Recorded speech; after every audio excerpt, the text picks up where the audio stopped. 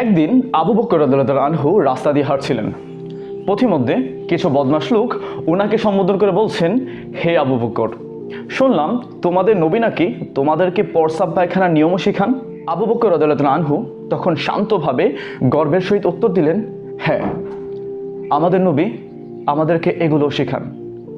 এবং আমাদের নবীজি সাল্লাল্লাহু আলাইহি ওয়াসাল্লাম আমাদের কাছে এমন একটি দিন নিয়ে এসেছেন যার কোনো কিছুই অবহেলিত নয়, বরং প্রত্যেকটা কাজ ইবাদত। আমাদের শরীয়তে আমরা যা কিছুই শরীয়তের নীতিমালা অনুযায়ী করে থাকি তখন সেটাই আমাদের জন্য ইবাদত হয়ে যায়।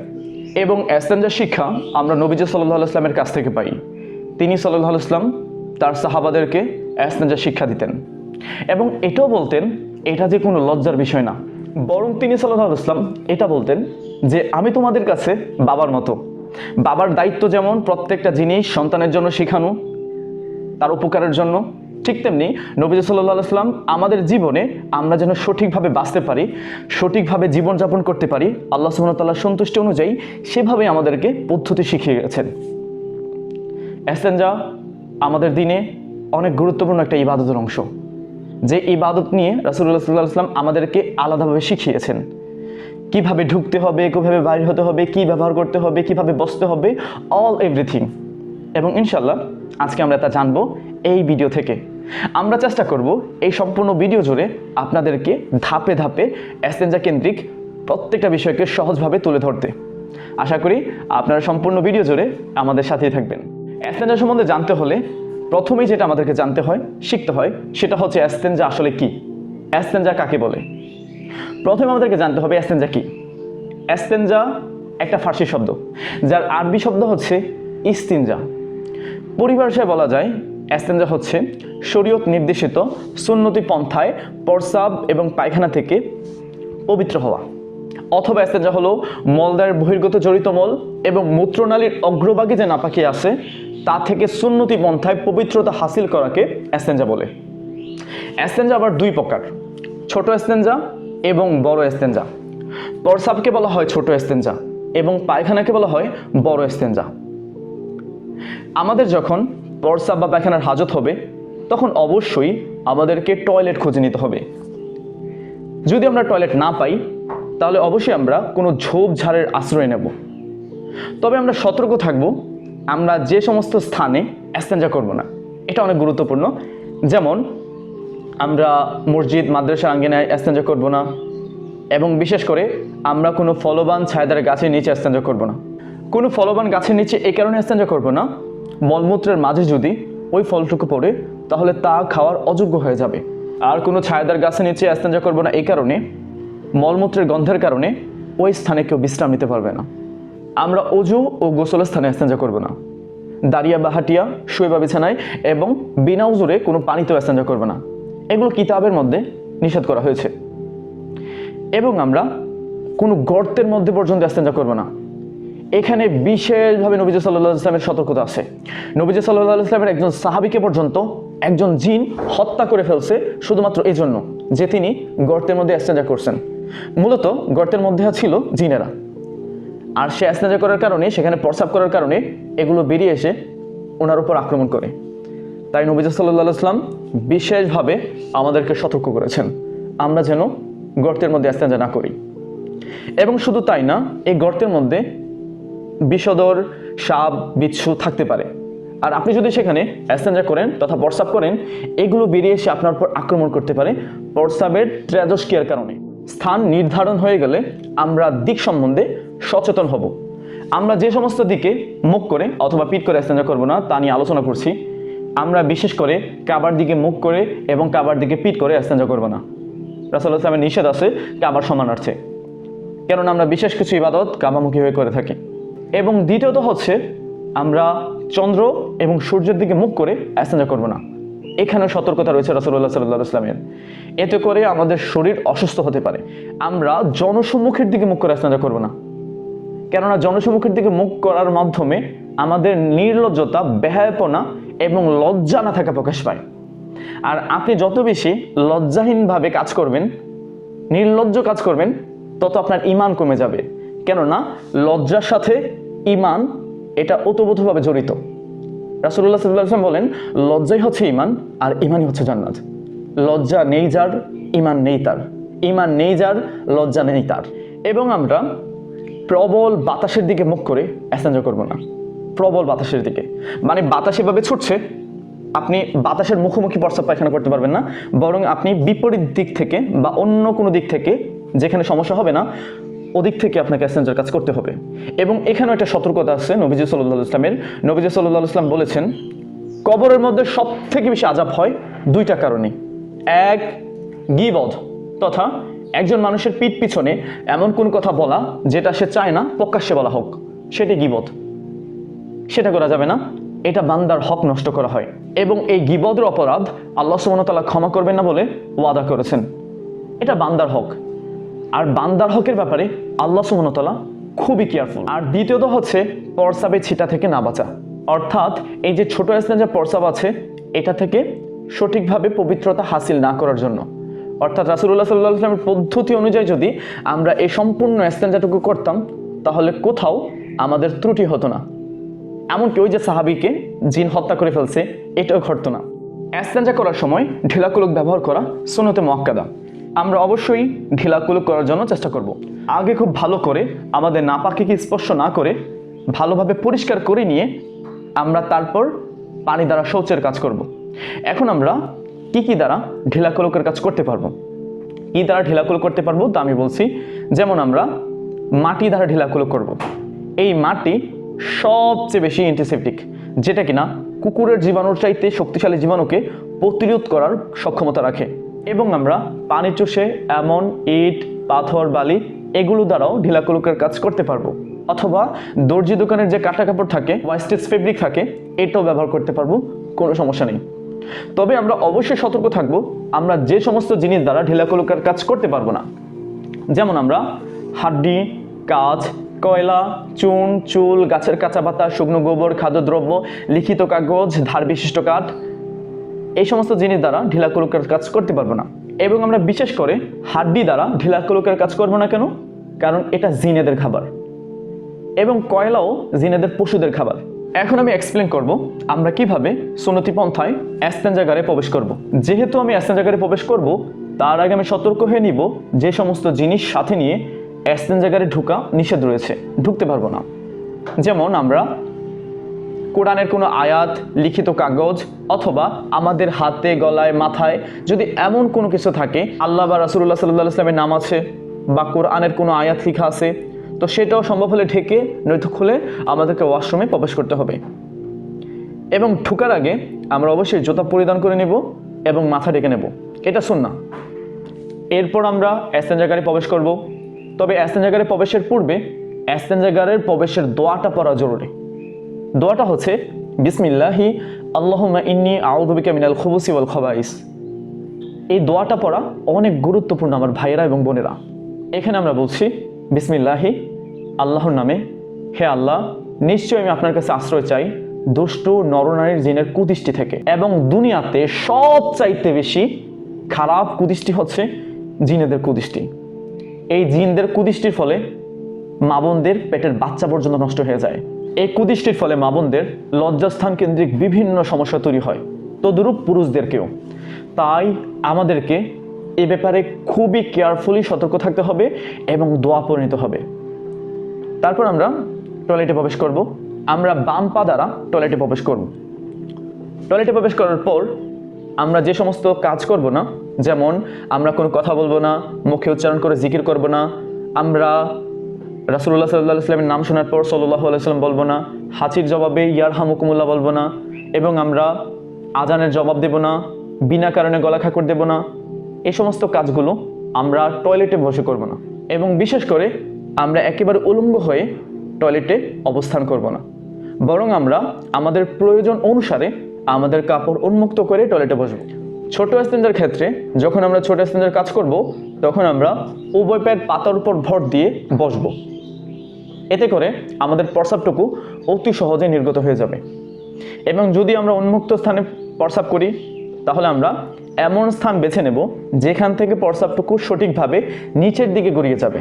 আরেকটা ব্যাপার জানা খুবই জরুরি, আর সেটা হচ্ছে যদি আমরা উন্মুক্ত স্থানে ইস্তেঞ্জা করি, তাহলে আমাদেরকে এটা অবশ্যই মাথায় রাখতে হবে, যখন আমরা কাপড় খুলবো তার আগেই আমাদেরকে দোয়া পড়ে নিতে হবে।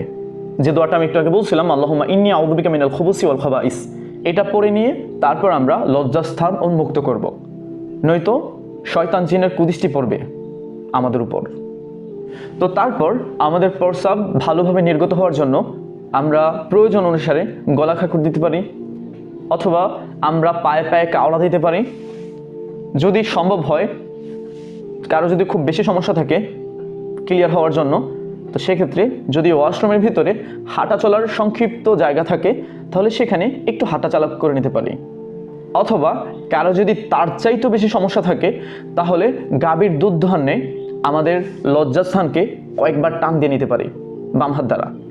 এবং এই প্রস্রাব ক্লিয়ার হওয়াটা খুবই জরুরি, কেননা আপনি কোনো রকম প্রস্রাব করলেন, তারপর উঠে চলে গেলেন এবং রুকুতে গেলেন, তখন কি হলো, আপনার প্রস্রাব বের হয়ে গেল, এতে করে আপনার নামাজ গেল, কাপড় গেল, সব শেষ। কিসের কারণে? আপনার আমার অসতর্কতার জন্য। উচিত ছিল কি, আপনি প্রস্রাব করবেন, ভালো কথা, তারপর প্রস্রাব ক্লিয়ার হওয়ার জন্য এই কাজগুলো, যাকে কিনা অ্যাস্তেব্রা বলা হয়, তো এই অ্যাস্তেব্রার কাজটুকু করতে পারেন। যদি না করেন তাহলে সেটা তো বললামই কি বিপদ হতে পারে। অথবা রুকুতে না গেলেন, আপনি প্রস্রাব করলেন কিন্তু কিছু দূর যাওয়ার পরে প্রস্রাব নির্গত হয়ে গেল। আর প্রস্রাবের ক্ষেত্রে একটা ঢিলেই যথেষ্ট। ছোট ইস্তেঞ্জা প্রস্রাবের মধ্যে রয়েছে 2টা ফরজ এবং 2টা ওয়াজিব। প্রথম ফরজ হচ্ছে চেষ্টা করিয়া ভিতর থেকে প্রস্রাব বাহির করা, এটা ফরজ। আর দ্বিতীয় ফরজ হচ্ছে খাতনার জায়গা থেকে যদি 1 দিরহামের চাইতে বেশি পরিমাণ স্থানে প্রস্রাবটুকু লেগে থাকে প্রস্রাব করার সময়, তাহলে ঢিলা করে নেওয়ার পর শৌচ করা ফরজ। আমার ভিতর থেকে আর প্রস্রাব বাহির হবে না এরকম নিশ্চিত হওয়া ওয়াজিব। প্রস্রাবটুকু যদি শুধুমাত্র 1 দিরহাম সমপরিমাণ স্থানে লেগে থাকে তাহলে ঢিলা করে নেওয়ার পর শৌচ করা আমাদের জন্য ওয়াজিব। আর যদি 1 দিরহামের চাইতে কম স্থানে লাগে তাহলে ঢিলার পর সেটা শৌচ করা আমাদের জন্য সুন্নতে মুআক্কাদা। আর যদি প্রস্রাবটুকু কোথাও না লাগে তাহলে ঢিলা করে নেওয়ার পর শৌচ করা মুস্তাহাব বা সুন্নতে জায়েদা। এখন আমি আলোচনা করছি বড় ইস্তেঞ্জা পায়খানা সম্বন্ধে। বড় ইস্তেঞ্জার জন্য যখন আমরা টয়লেটে প্রবেশ করব তখন আমরা 4টা ঢিলা সাথে নিয়ে টয়লেটে প্রবেশ করব। এর মধ্যে একটাকে আমরা মূত্রধারে ব্যবহার করব আর 3টাকে আমরা মলদ্বারে ব্যবহার করব। তো তারপর আমরা আমাদের প্রয়োজন অনুসারে কাপড় আস্তে আস্তে উন্মুক্ত করে টয়লেটে বসবো। কিভাবে বসবো? যখন আমরা বড় ইস্তেঞ্জা পায়খানার কাজ করব তখন আমরা বাম পায়ের পাতার উপর ভর দিয়ে টয়লেটে অবস্থান করব। এর ফলে আমাদের পায়খানাটুকু অতি সহজে নির্গত হয়ে যাবে, এমনটাই নবীজি সাল্লাল্লাহু আলাইহি ওয়াসাল্লাম বলেছেন এবং কিতাবে পাওয়া যায়। এইভাবে বসাই হচ্ছে সুন্নাহ। তো তারপর আমরা তাড়াতাড়ি করে আমাদের টয়লেটের কাজটুকু সেরে নেব। কেন তাড়াতাড়ি করব? এর ফলে আমাদের বিভিন্ন প্রকার রোগ তৈরি হতে পারে, যেমন অশ্ব গ্যাস রোগ এখান থেকে উৎপত্তি হয়। আমাদের হার্ট কেন্দ্রিক অনেক রোগের সূচনা হয় এই টয়লেটে বেশিক্ষণ অবস্থান থেকে। তাই আমরা খুব তাড়াতাড়ি আমাদের কাজ সেরে টয়লেট থেকে বের হয়ে যাব। তো তারপর আমাদের পায়খানা করা শেষ হয়ে গেলে আমরা ঢিলা কোলকের কাজ করে নেব। এখন আমরা কিভাবে এই 3টা ঢিলাকে সঠিকভাবে মলদ্বার ব্যবহার করব তা নিয়ে বলছি। গরমকালে প্রথম ঢিলাটা সামনে থেকে পিছনে, তারপর ঢিলাটা পিছন থেকে সামনে, তারপরে ঢিলাটা সামনে থেকে পিছনে। আর শীতকালের বিপরীত, শীতকালে প্রথম ঢিলাটা পিছন থেকে সামনে, তারপরে ঢিলাটা সামনে থেকে পিছনে, তারপর ঢিলাটা পিছন থেকে সামনে। এইভাবে ব্যবহার করব। এভাবে ব্যবহার করা উত্তম এবং এটা আমাদের জন্য নিরাপদ। কেমন নিরাপদ? গরমকালে পুরুষের অন্ডকোষ ঝুলে যায়, আর যদি সেটা আমরা এইভাবে ব্যবহার করতে যাই তাহলে অসতর্কতাবশত যদি কোনো সময় আমাদের আবার অন্ডকোষের মধ্যে লেগে যায় তখন সেটা কি হবে? তখন সেটা ধোয়া আবার আমাদের উপর ফরজ হয়ে যাবে। তাই এখানে আমাদের সতর্কতা অবলম্বন করতে হবে। এবং বিশেষ করে আমরা আমাদের ঢিলাকুলুকের বস্তুর ক্ষেত্রে এটা মাথায় রাখবো, যদি আমার ঢিলাকুলুকের বস্তুটা কোনো মাটি হয় তাহলে উসকুত আর যিকরিল্লাহ বলে সেটা ঠুকুর দিয়ে নেব। যদি সেটা কাপড় হয় তাহলে কষলে নেব এবং দোয়াটুকু পরব। এবং যদি সেটা টয়লেট পেপার হয় তাহলে দোয়াটুকু পরে ফু দিয়ে নেব। এটার অর্থ হচ্ছে, হে বস্তু, তুমি আল্লাহর স্মরণ থেকে কিছুক্ষণের জন্য বিরত থাকো, তথা আমি তোমাকে নাপাকির কাজে ব্যবহার করছি বা করব। তারপর এটা বলে নিয়ে আমরা এই বস্তু দ্বারা ঢিলাকুলুকের কাজ করব। কেননা প্রত্যেকটা বস্তু আল্লাহ সুবহানাহু ওয়া তাআলার জিকির করে। অর্থাৎ আমরা আয়াতুল কুরসির মধ্যেও পাই লাহু মা ফিস সামাওয়াতি ওয়াল আরদ, আসমান জমিনে যা কিছু আছে সব কিছু আল্লাহর তাসবিহ পাঠ করে। তো তারপর আমাদের ঠিলাকুলুকের কাজ শেষ হওয়ার পরে আমরা শৌচের কাজ করে নেব। পুরুষ 3 আঙ্গুল দ্বারা শৌচের কাজ করতে পারবেন, যেমন কনিষ্ঠা, অনামিকা, মধ্যমা, এই 3 আঙ্গুল দ্বারাই করতে পারবেন। তবে পুরুষের জন্য উত্তম হচ্ছে সবচেয়ে কম আঙ্গুল দ্বারা শৌচের কাজ করা। 2টা দিয়ে করতে পারে অথবা কমপক্ষে 1টা দিয়ে করতে পারে, এবং কমপক্ষে 1টার ক্ষেত্রে উত্তম হচ্ছে পুরুষের জন্য এই যে কনিষ্ঠা, অনামিকা, মধ্যমা আঙ্গুলি আছে, মধ্যমা আঙ্গুলের প্যাড দ্বারা শৌচের কাজ করা। পুরুষ আড়াআড়ি কিংবা সোজাসুজি যে কোনোভাবেই শৌচের কাজ করতে পারবে, কোনো সমস্যা নেই। তারপর আমরা ততক্ষণ পর্যন্ত শৌচের কাজ করব যতক্ষণ না আমাদের মলদ্বারের পিছলি ভাব কেটে না যায় অথবা আমাদের হাতেই একটা খসখসা ভাব চলে না আসে। শৌচের কাজের পরে আমাদের মলদ্বারের মধ্যে যে পানিটুকু লেগে থাকে সেটা নাপাক নয়, সেটাকে বলা হয় মোস্তামাল পানি তথা ব্যবহৃত পানি। সেটা যদি আমি কোনো আলাদা কাপড়, টিস্যু দিয়ে মুছে নেই তাহলে মুস্তাবসাব পাবো।